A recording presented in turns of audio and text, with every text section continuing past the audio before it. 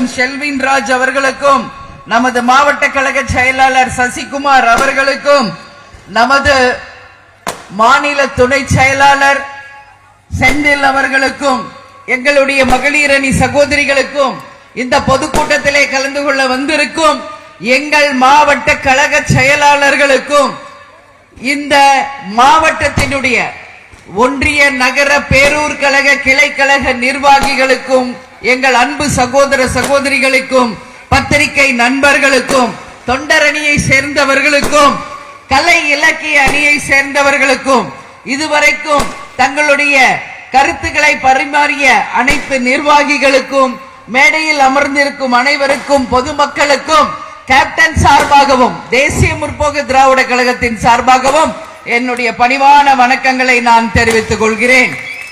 புதுக்கோட்டை அப்படின்னாலே இது கேப்டனுடைய கோட்டை, இதுல எந்த மாற்று கருத்துமே கிடையாது. இது உண்மை. ஏன்னா இது ஒண்ணு நான் முதல் வாட்டி வரல, கேப்டன் கூட எத்தனையோ முறை வந்திருக்கிறேன். பொதுக்கூட்டங்களுக்கும் சரி, புதுக்கோட்டையில் ஒரு மாநாடு நடத்தி மாபெரும் சரித்திரத்தை நடத்தியதும் இதே புதுக்கோட்டையில தான். மக்களுக்காக மக்கள் பணி திருமண நிகழ்ச்சி ஜாகீர் அவர்கள் நடத்திய இஃப்தார் நோன்பு விருது மக்களுக்காக மக்கள் பணி தேர்தல் நேரத்திலே நம்மளுடைய பணிகள் என்று இந்த பொதுக்கூட்டத்துக்கு இந்த புதுக்கோட்டைக்கு பலமுறை நாங்கள் வந்திருக்கிறோம் என்பது என் மக்கள் அறிவார்கள். என் தாய் குலங்களே, நீங்க எல்லாம் நல்லா இருக்கீங்களா? உங்க அத்தனை பேரையும் சந்திக்கிறதுல மகிழ்ச்சி. இன்னைக்கு தமிழ்நாட்டிலேயே புதுக்கோட்டை அப்படின்னாலே என் மனசுல முதலில் வருவது எது தெரியுமா? இன்னைக்கு நம்ம எல்லாம் இன்னைக்கு சந்தோஷமா இங்க நிம்மதியா வாழ்றோம்னா அதுக்கு காரணம் யார்? எல்லையிலே நம்மை பாதுகாக்கும் ராணுவம்.